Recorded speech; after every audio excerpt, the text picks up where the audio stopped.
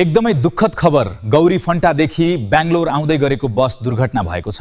आउनुहोस् यता हेरौं।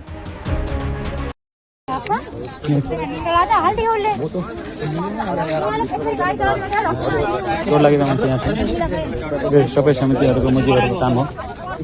समितिहरू दार खाएका मुजी यहाँ छन् दुईजना ड्राइभरहरू मुजी त्यो सबै समितिहरूको र ड्राइभरहरूको मुजीहरू यहाँ छन् मान्छेहरू। पुलिसको गाडी र एम्बुलेन्स आइसकेको छ। यहाँ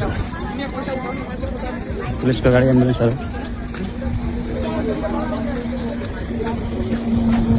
हाइवेदेखि कतै म्याक्सिमम 7-8 मिटर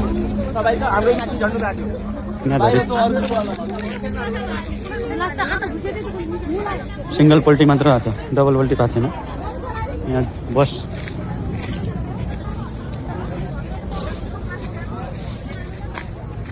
यहाँदेखि निक्ले अहिले मान्छेहरू इमर्जेन्सी सिट खोलेर। गाडी नम्बर एमपी छ, त्यो एमपीको अनि खालि सिंगल पल्टी भएको छ कि डबल पल्टी भएको त के हुन्छ त्यस्तो हो।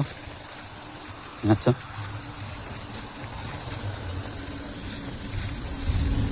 मान्छेहरूको कतिको धेरै भइसकेको छ। यहाँ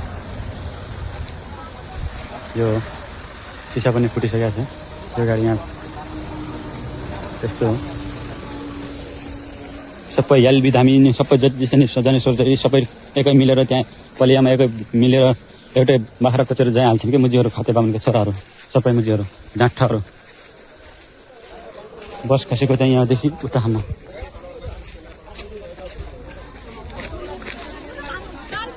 उतादेखि लिएर आएको बस